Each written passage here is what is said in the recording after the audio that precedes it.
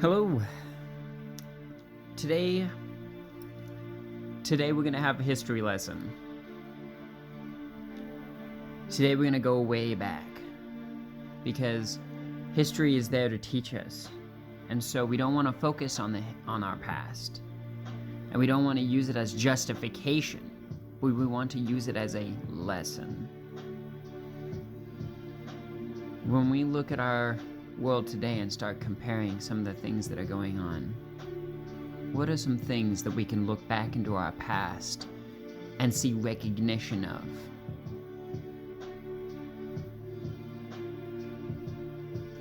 Let's go back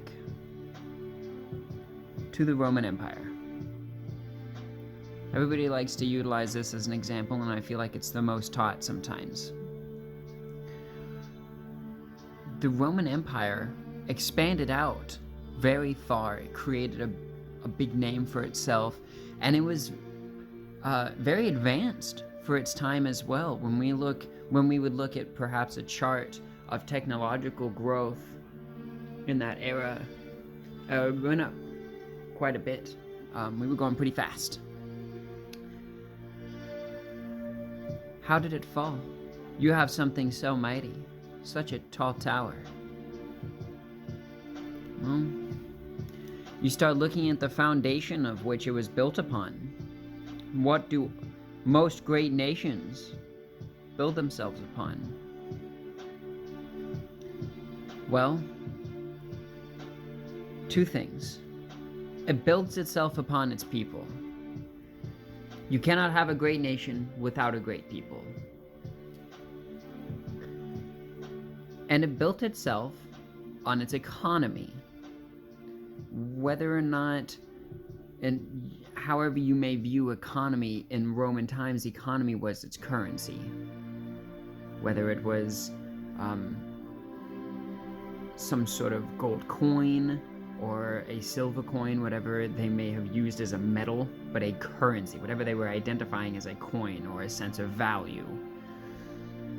They went into debt. Rome fell to a couple things. One, they fell to debt. They did. Too many IOUs, too much growth without any appeasement to the people, that backbone to what makes a nation great. They fell to debt to not only, to the people around them, to these other nations around them, but to themselves. They also fell because of cultural and idealistic differences within the nation. You have this empire that's expanded out so much. It has taken so much land and tons of different people and tons of different ideas and cultures and views and languages. And without any of the modern technology we have today, what a challenge it must have been to find unification, especially when you're going through with an army unifying them.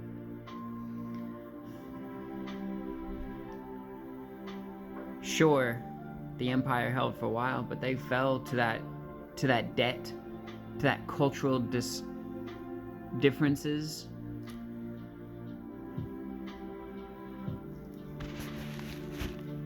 I'm not necessarily the greatest historian, and I couldn't tell you all the finest details. But I'd like to see some of those bigger patterns in what's going on.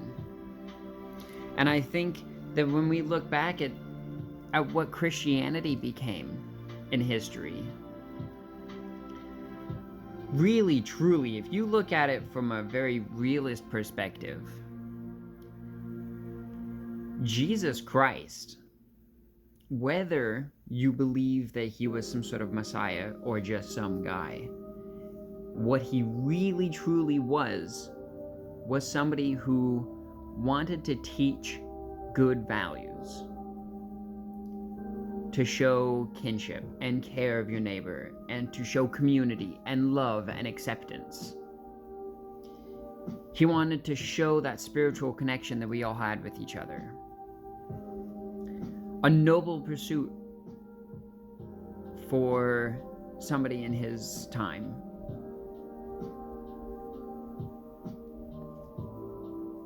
I think that if he was to see what Christianity has become now today, I don't think he would be fully satisfied. I think he would enjoy that a lot of his values, a lot of those core values still kind of stuck. But I think we've lost sight of what it really meant.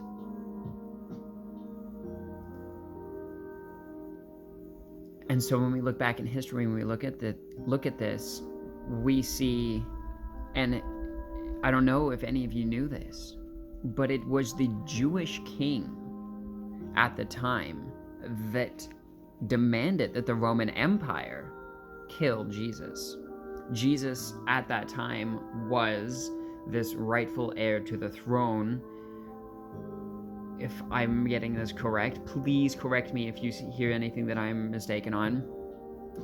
And we can do some research together, and I would love to kind of go more into this, but this is just what I have seen and what I have heard and learned from so far.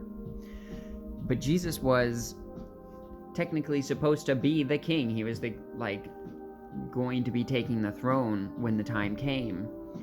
And the Jewish king didn't want this at the time. And so he sacked the Roman Empire and Jesus. The Roman Empire could care less about Jesus. If we're being completely honest, the Roman Empire didn't care. They had bigger fish to fry.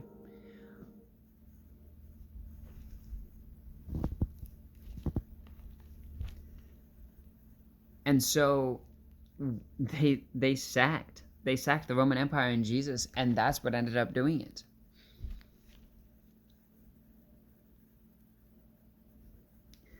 So what lesson can you see in there?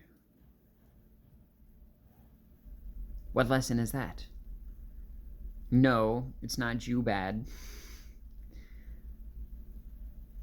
That's honestly one of the things that we have to kind of start maybe getting rid of, is that hatred through association. No, it's not that Jews are bad because of that. What we learn from that is that even though you may be the most kindred, loving soul in the world,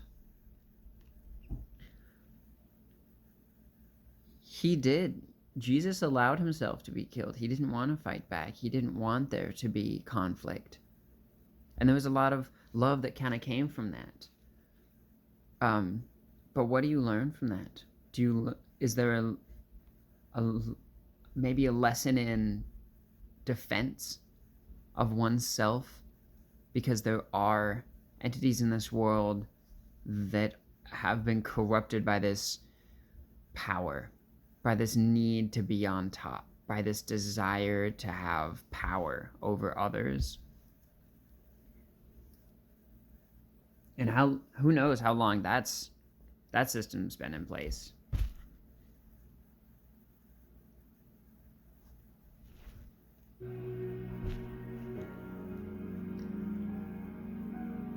Also, I'm muting these just because every once in a while advertisement can come up, and since I have control over it, I'm going to have control over it. I don't want to listen to advertisements.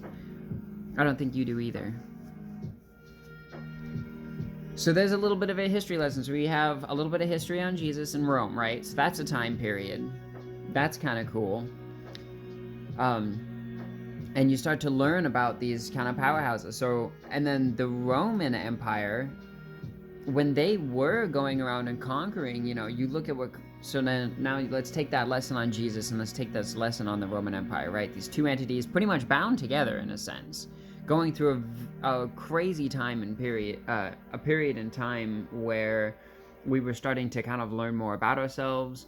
With a lot of this Greek philosophy, we have a lot of this Roman Empire developing a lot of these technological advancements. There's big trade with the Eastern world and over in China, and there's this big connection. The world's starting to finally go, whoa, small world, huh? Look at this, there's a whole lot of people. And so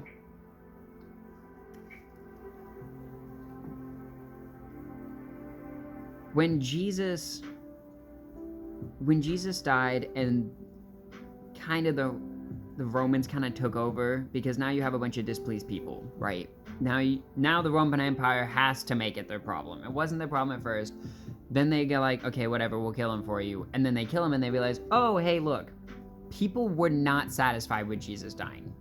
Oh, I don't think anybody in that time period would, when you have somebody running around saying, hey, we gotta just love each other, right? And so the Roman Empire now has to take all these dissatisfied people and go, okay, whoa, hey, let's figure something out about this. They make the church. We have now Christianity forms. You have this big thing where all these people are disgruntled and they want to form a group, and so the Roman Empire kind of helps foster this because they were unrest. And so they enable this and they allow it, and so you have this church develop, and now you have the Roman Catholic Church. And they actually use this to a big degree to try to help themselves, save themselves from a lot of the trouble that they had gotten into with these cultural differences and these ideal differences, language barriers, and religious barriers. And so the Roman Empire took Roman Catholicism and they went through and they said, you know, my favorite example was there was a group that worshipped the sun in Spain. And when the Roman Empire was trying to go over there, they kept having to butt heads with this group, these religious people that worshiped the sun when it came down to like just melding into the entire populace. So they took the Roman Catholic Church and they said, oh, you worship a sun god, right? Well, check this out. And they had somebody go draw a sun behind Jesus's head. That big halo that you'll see behind Jesus's head is all because the Roman Catholic Church was going around from civilization to civilization trying to incorporate these ideals and say, look, Jesus is a sun god too. You can worship Jesus.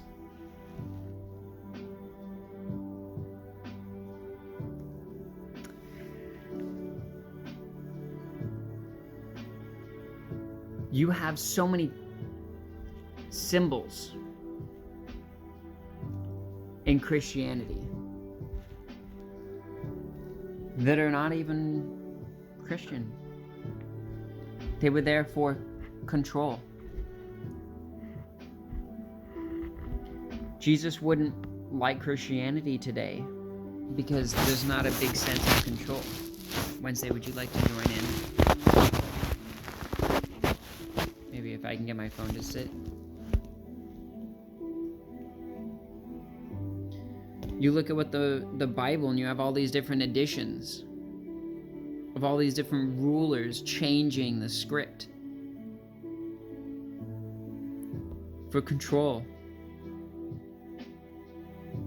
for appeasement.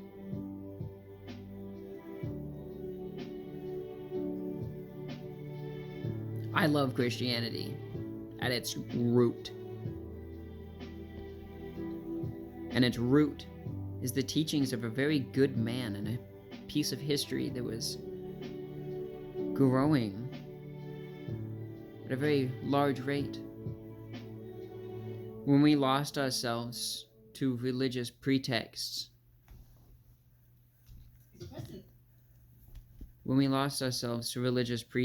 we fell into the Dark Ages.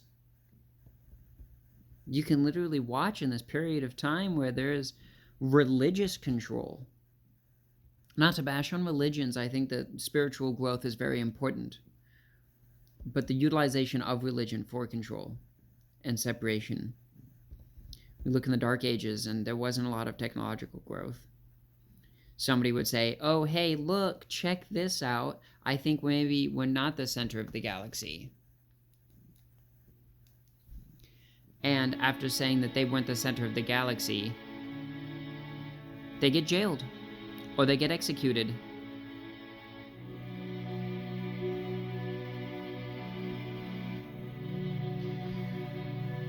The Dark Ages were terrible, and it wasn't until we got rid of this religious emphasis and we started focusing more on the science of this world and reality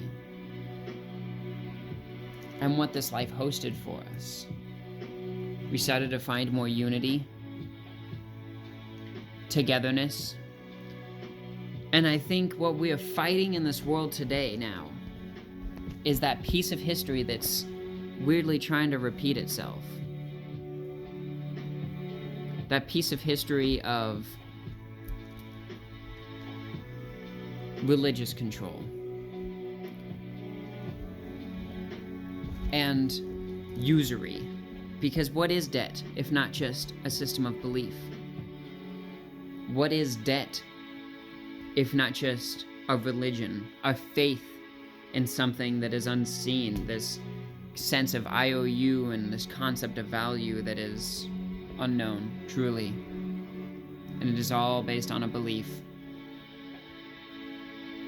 We will continue to learn these lessons in history. We will continue to repeat ourselves until we learn these lessons of usury, of debt. We learn these lessons of control. We learn these lessons of community and communication, of acceptance, kinship, and care. We will continue to go through these hardships until we all together, not just as nations, but as individuals within the nations, the very backbones to those nations, what makes a nation strong, important is its people. You have to be strong. You have to be your best.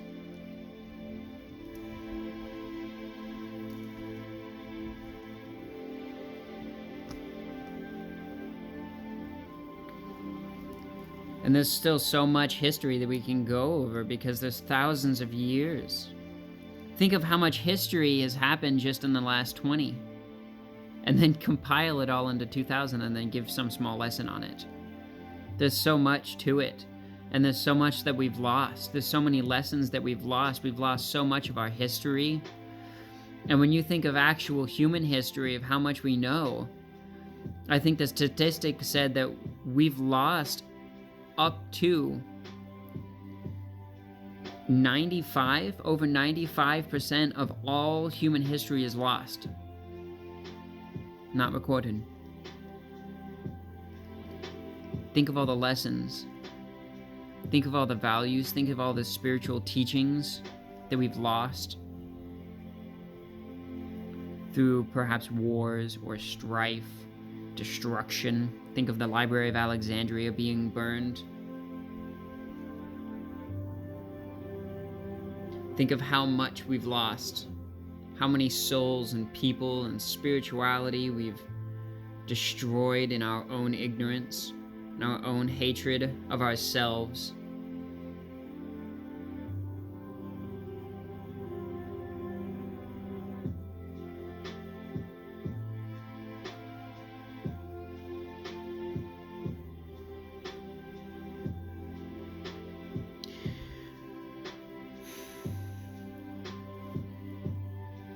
When we look back in history,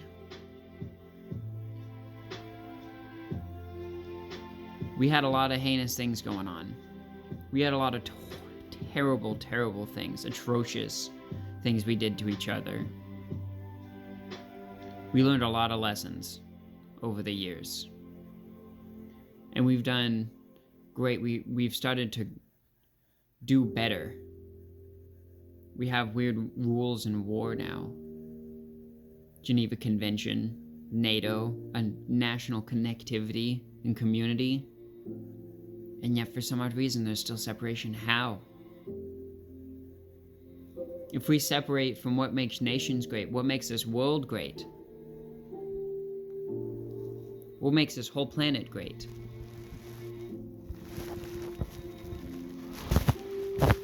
Wednesday, no. What makes this planet great is great people. You being great. You understanding the world around you. Seeing that connectivity. You look at the fact that there's two sides, and I want to point now to our current day as we have looked at history and we look to current day. I am not battering on religion. And I'm not, because like I said, I love spiritual growth, and I think that that's something that we have been lacking, and I think that that's what we need more than technological growth right now. But when we look over into the Middle East, what's happening in Gaza and with Israel, when we look at what's happening with Russia and Ukraine, China and Taiwan, when we look at what's been happening with America and the Middle East, America and kind of the whole world and itself and why it's crumbling, now instead of justifying, we look at Russia trying to justify taking over Ukraine through history, and that's not learning through history. You haven't learned. You're utilizing conflict still. Conflict is the great destroyer. And I understand its necessity to a point. And I understand that Russia feels like it has lost all options and hopes. But look at history and let's learn.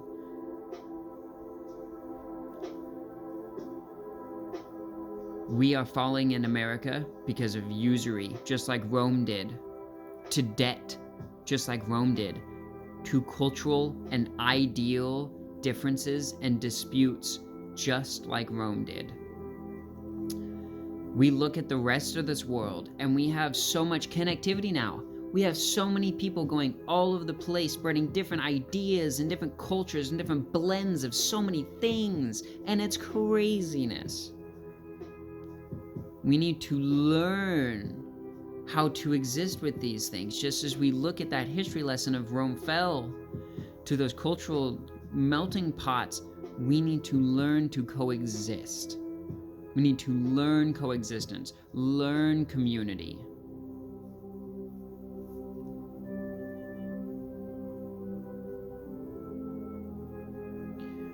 When we look to, and this is why I say I understand defending yourself, and I'm so heartbroken by this conflict, but I can't 100% fully condemn it, because I can understand defending oneself, but at the same time,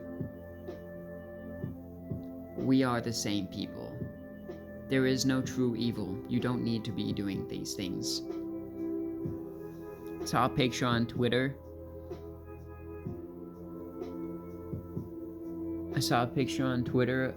Of some little girl just dead. It's like hanging somewhere. It was horrible. Just the war down in Gaza right now, in Israel. They've lost themselves to spite. And they keep looking to history to justify their hatred, instead of looking to history to learn. We want to learn from history, not use it to justify.